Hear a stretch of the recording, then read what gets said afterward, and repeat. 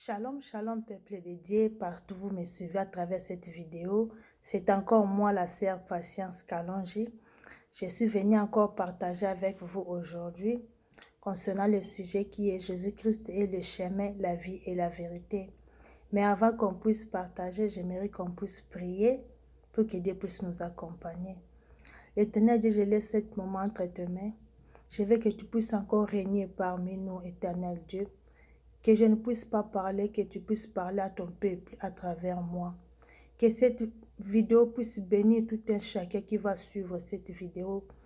Par Éternel des armées, que tu puisses nous ouvrir les oreilles afin que nous puissions écouter ta parole et le mettre en pratique.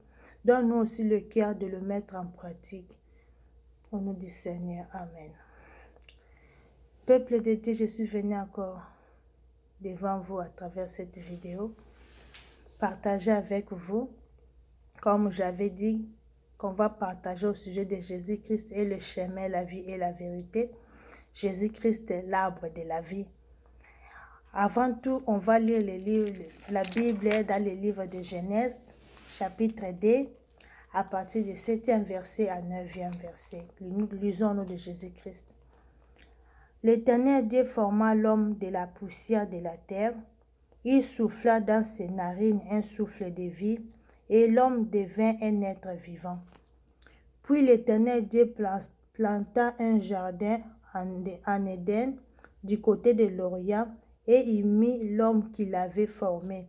L'Éternel Dieu fit pousser du sol des arbres de toute espèce, agréables à voir et bons à manger, et l'arbre de la vie du milieu du jardin, et l'arbre de la connaissance du bien et du mal. Amen. Bien-aimé, je veux dire à quelqu'un à travers cette vidéo que Dieu nous aime.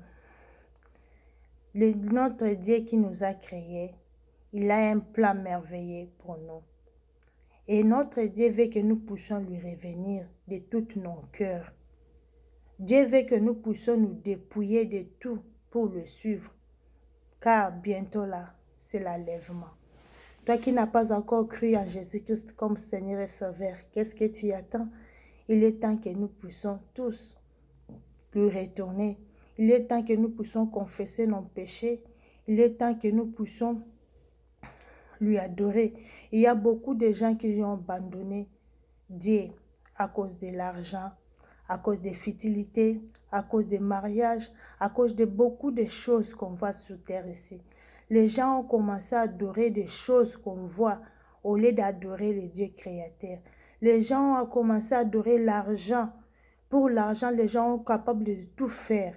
Ils ont abandonné et oublié l'amour que Dieu a envers nous, son peuple. Bien-aimé, comme j'avais dit que Jésus-Christ est l'arbre de vie, il y a une vision que Dieu m'avait fait voir. C'était au mois de septembre 2019. Dieu m'avait fait voir, j'avais vu la vision d'un arbre.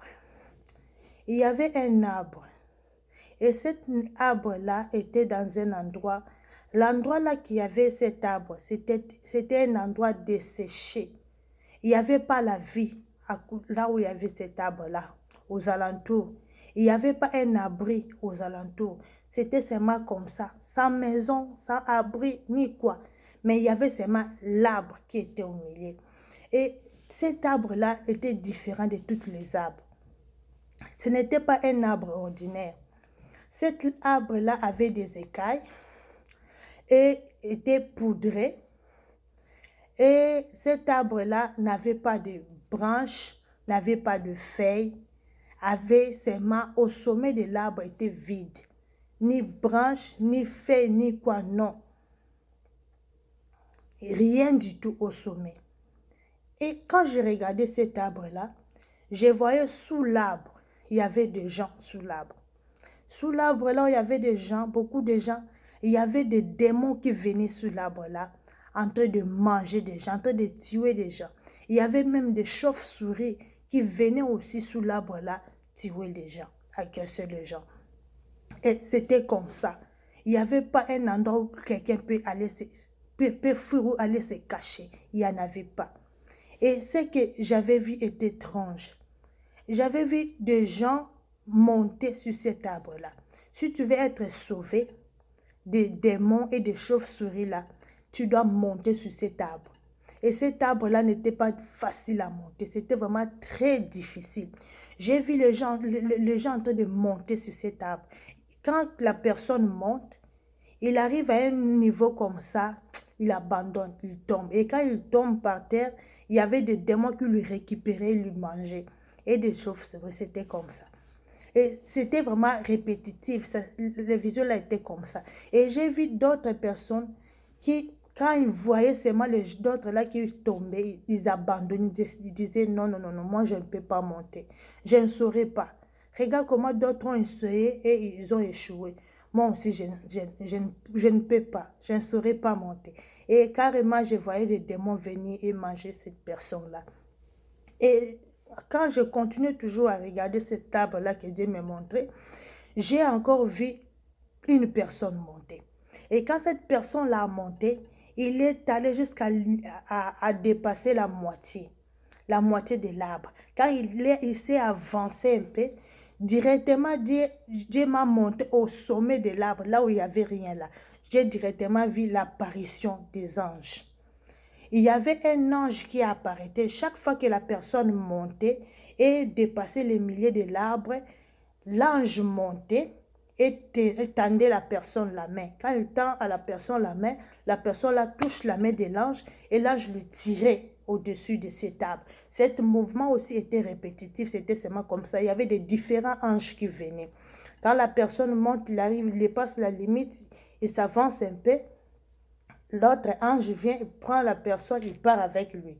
Quand une autre personne encore monte encore, dépasse encore la moitié, une autre ange aussi encore vient, prend la personne, il part avec lui. Donc c'était comme ça, ce mouvement-là était répétitif. Et quand je regardais, je me demandais d'où partent ces gens-là, parce que l'arbre-là était vide. C'était vide. Il n'y avait rien dessus. D'où partent ces personnes-là que les anges prenaient? Et les personnes qui étaient restées en bas, ils étaient obligatoirement mangées par des démons, tuées par des démons.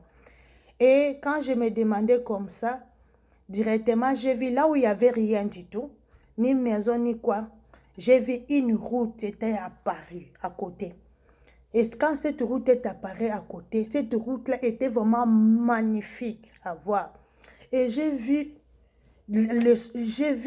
avant de voir, j'ai entendu d'abord le son de musique. J'ai vu les gens étaient en train de chanter, étaient en train de taper les tambours, de fanfares, musique. D'où vient cette musique ici? Directement, j'ai vu les anges et les gens que les anges avaient accueillis là au sommet, dans cette route-là en train de partir ensemble. Ils étaient ensemble avec des anges en train de chanter, de danser. Donc, ils étaient vraiment très joyeux. Très, très, très joyeux. Quand ils partaient comme ça ensemble avec des anges. C'est alors que Dieu a commencé à me parler. À me dire que tu vois l'arbre ici que je t'ai montré. L'arbre ici, c'est moi, Dieu. C'est moi, Dieu. Et les écailles là que tu es en train de voir. Les écailles là, c'est la souffrance des chrétiens. C'est la souffrance des chrétiens. La vie des chrétiens, c'est ce que tu vois, les écailles là. Donc la vie des chrétiens n'est pas facile. La vie des chrétiens n'est pas facile. Tu dois te dépouiller de tout pour suivre Jésus-Christ. Tu dois abandonner ce que tu vois que c'est important pour toi pour suivre Jésus-Christ. Et il m'a dit, la poudre là que tu as vue, c'est la grâce. C'est la grâce qui accompagne les chrétiens. Comme il a dit qu'il ne laissera jamais son enfant être tenté au-delà. Il ne nous laissera jamais être tenté au-delà de notre force. C'est pour cela que tu as vu, il avait montré l'apparition des anges. Que quand la personne force dans sa vie, il fait un effort de suivre Jésus-Christ. Il fait un effort de se sacrifier. Dieu ne laisse pas cette personne-là. Il lui fortifie. Il lui fortifie.